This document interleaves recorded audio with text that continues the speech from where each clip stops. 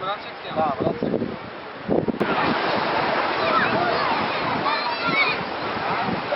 Keyif tutmalı. Bizlerde pazarda ofisi kovuyor. Havatta o dengeden kovuyor. Çekerek koyalım mı? Gözü görmek. Adamın kıyıları mı kovuyor? Gözü ne tadı video.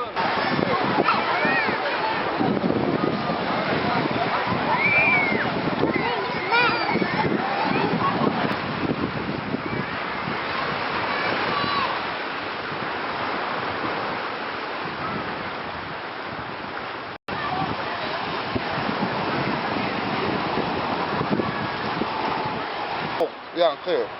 Oturdu deyip yerine vardır neft çıkıyor. Sonra gideceğim suğula bu. Ez dengedin suğu şu. Yok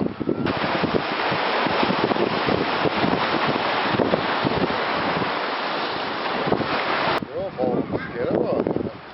Oğlumuzda kadar yok bu kadar.